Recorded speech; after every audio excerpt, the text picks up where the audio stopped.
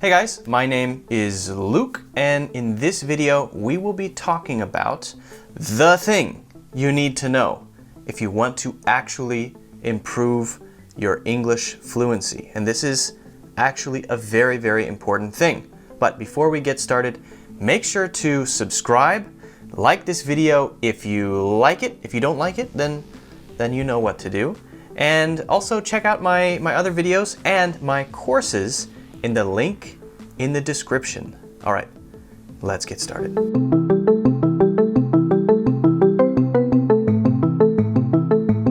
I've been teaching English for a long time, about 7 years. This is my clock, this is my watch that only shows years. It shows years here, every year.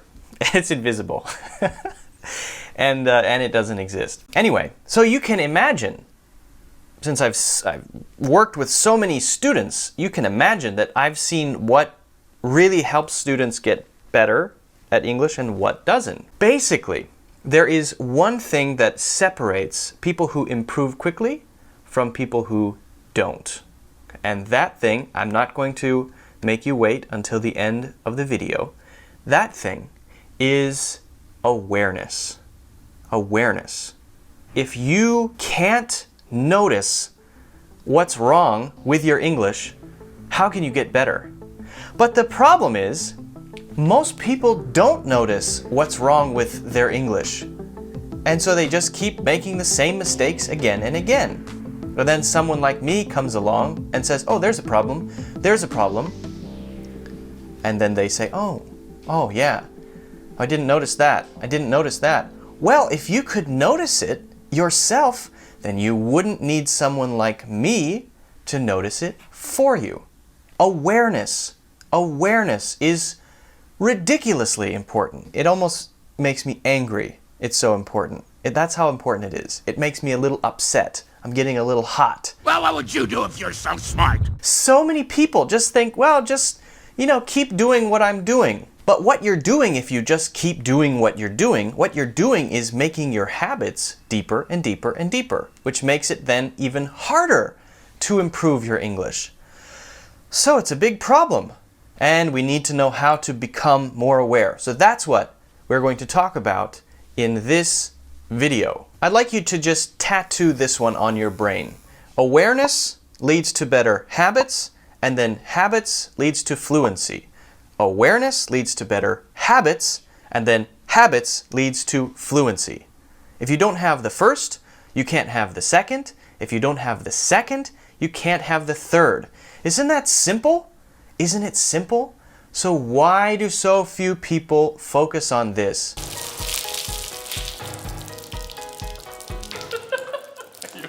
Yeah. It's like I said in another video. It's just kind of fun to do other things and learn words and just say things. But you're not focusing on the right thing, and it's a big problem, and you need to start doing it. Honestly, it's making me angry again. I'm getting angry again. So knowing something is not the same as doing something. You can know something, that's wonderful, that's great. But why don't you do it? How many times have you said, yesterday I go to the supermarket? Go instead of went. You know it should be went, not go. Why didn't you say it correctly? Or maybe you say many person.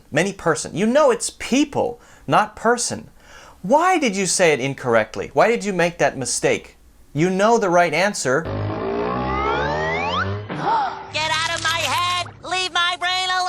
Now, I know that sounds very harsh, but I'm trying to shake you into realizing how important awareness is. What people don't really realize or notice is that learning English, learning to speak English, is much more like learning to play a sport than it is learning some subject. It's not a subject. Maybe learning about the history of English or something like that. That's a subject. Learning to speak is more like learning to be a dancer. Learning to ride a bicycle, learning to ice skate, badminton or tennis, or golf or bowling. That's enough examples, you can stop. Here's a classic classic example of the wrong thing. Today I had a really challenged day. And wait, now this is me, Teacher Luke. You said a challenge day. You should say a challenging day, or maybe even better, a tough day. And then, oh yes, I know. Anyway, no. This is the key point at which most English learners go the wrong way. When they find out that something is wrong, they want to quickly get past it and move on and say what they want to say. All right, maybe that's fine for a conversation with a friend. But if you're really trying to improve your spoken English, that is the point at which you need to stop, think, and then speak again. Try again. And when you're speaking to improve, you have to always be thinking about what you're saying, hearing what's coming out of your mouth. I know that sounds very simple, but do most people really hear what comes out of their mouths? No. So you need to develop this skill. You have to be able to do it. It's very important to start noticing this stuff. It's really, really important without getting angry again. All right. So you need to start doing this. You need to take the first step. When you say something that you hear is not right, stop, make an adjustment, make a correction, and then continue. All right? Step 1. You're developing your awareness. I like to go to, okay, correction. Very nice. That's simple. Just keep doing that. The next step then is when you can start doing that inside your head. If you're doing that in your head, then what comes out is correct. Now, maybe you're speaking a little slowly because you're doing that. So then the third step is when the habit has changed. And when you speak, bing, it comes out and it's correct. When I go, correct. Very good. So let's talk about 5 things you can do to improve your awareness. Why 5? Why not 6? Because 5 looks better in a title for a video. 6, this is kind of a weird number. 4, no, not 4. 5 is a nice number. Number 1, slow down. Be patient. This might be the most important one. If you're speaking more slowly, more carefully, if you're patient, you will be able to more easily catch the weird thing that you said and correct it. Watch Obama speak sometime. Watch how he talks to an audience. He stops all the time, and he sounds very natural. He sounds like he's a really thoughtful person. After my election, there was talk of a post-racial America. And such a vision, however well intended, was never realistic. Race remains a potent and often divisive force in our society. Number 2, sharpen your listening. Sharpen your listening by watching videos and movies without subtitles. Maybe you saw the movie the first time with subtitles. Second time, watch it without. Work on your listening. If your listening is sharper, you'll be able to better hear what other people are saying that sounds natural, and better hear what you're saying that sounds unnatural. Okay? Sharpen your listening. Watch videos without subtitles. Number 3, self-correct every time you should. Every time. Don't let it go. Stop for just a moment.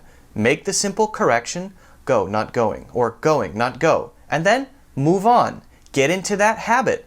That's a very, very important habit, and it's the first step. Number 4. Try to copy sounds that you like. Listen to pronunciation that you enjoy listening to, pronunciation that you think sounds good, and try to copy it. Record yourself with your phone and compare the two. See if you can get close to that.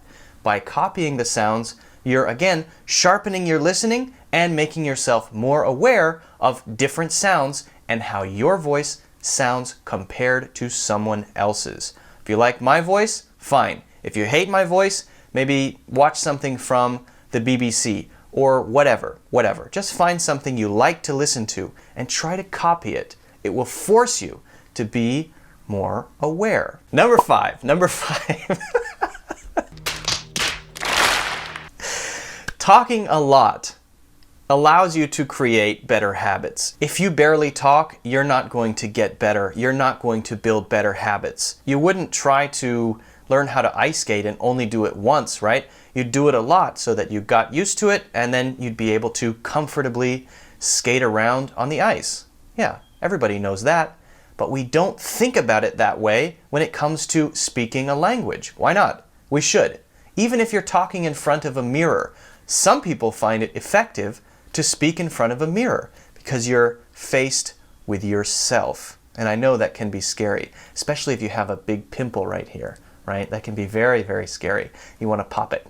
Anyway, find some way to talk a lot, some way to talk a lot, even if it's by yourself. Of course, it's better to do it with someone else, best with a teacher who can actually point out or correct the things that you miss. There's a reason teachers exist, and that is the main reason. They can point out or notice things that you might not be able to notice and actually help you develop your awareness, help you stand up on your 2 feet so that you can become an aware person with better habits and amazing English fluency. All right, guys, well, hopefully you found this video to be useful. If you did, make sure to give it a like and also subscribe to the channel to check out other videos in the future. And you can hit the bell as well so that you get a notification. Also, check out the link in the description to see my full courses on things like pronunciation,